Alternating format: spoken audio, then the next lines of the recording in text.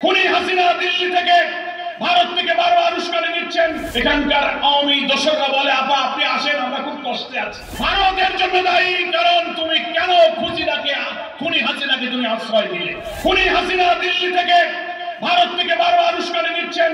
উনি অডিও বক্তব্য দেবেন, উনি দেশে আসবেন, উনি বলে আমি ভারতের বর্ডারের কাছে আছি, যে কোনো সময় ঢুকে পড়বো।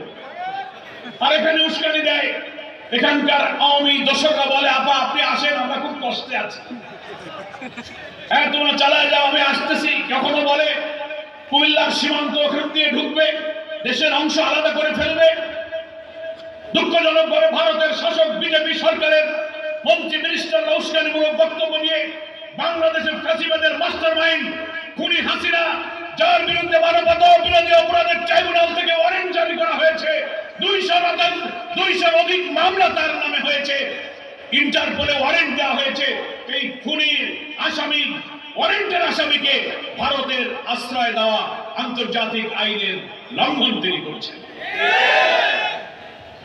গতকালকে আমরা পরশুদিনকে দেখলাম ভারতের পররাষ্ট্র মন্ত্রণালয়ের মুখপাত্র রণধীর জয়সওয়াল, যখন বাংলাদেশ সরকারের পক্ষ থেকে বলা হচ্ছে হাসিনার উস্কানির কারণে এখানে অরাজকতা হচ্ছে, যেখানে সেখানে হামলা আক্রমণ হচ্ছে, ছাত্র জনতা বিক্ষুব্ধ হয়ে উঠছে, সামাল দেওয়া যাচ্ছে না, নিয়ন্ত্রণ করেন। ভারতকে যখন বলা হলো, দিল্লিতে বাংলাদেশের ভারপ্রাপ্ত হাই কমিশনার নুরুল ইসলামকে ডেকে পররাষ্ট্র মন্ত্রণালয় থেকে বলে দেওয়া হলো হাসিনার এই বক্তব্য বইটার জন্য ভারত দায়ী নয়, ভারত এর সাথে কোনো সম্পর্ক নাই।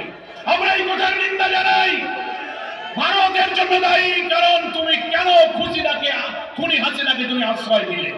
আমরা এই নতুন বাংলাদেশ, অনেকে বলেন দ্বিতীয় স্বাধীনতা আমরা অর্জন করেছি। প্রায় 2000 ছাত্র জনতা জীবন দিয়েছে, 30,000-এর উপরে ছাত্র জনতা আহত হয়েছে, কারো চোখ নাই, পা নাই, কান নাই, গুলিতে মগজ বেরিয়ে গেছে, চোখ ছুটে চলে গিয়েছে।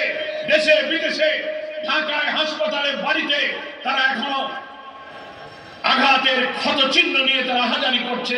স্বজনের অশ্রু যেমন শুকায়নি, শহীদদের রক্ত তখনও শুকায়নি।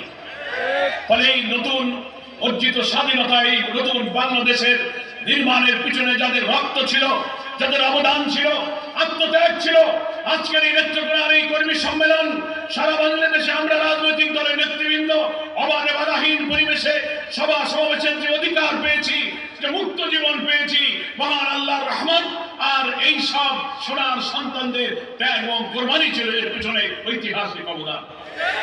আপনারা হয়তো জানেন, বাংলাদেশের এই সীমান্তবর্তী জেলা নেত্রকোনার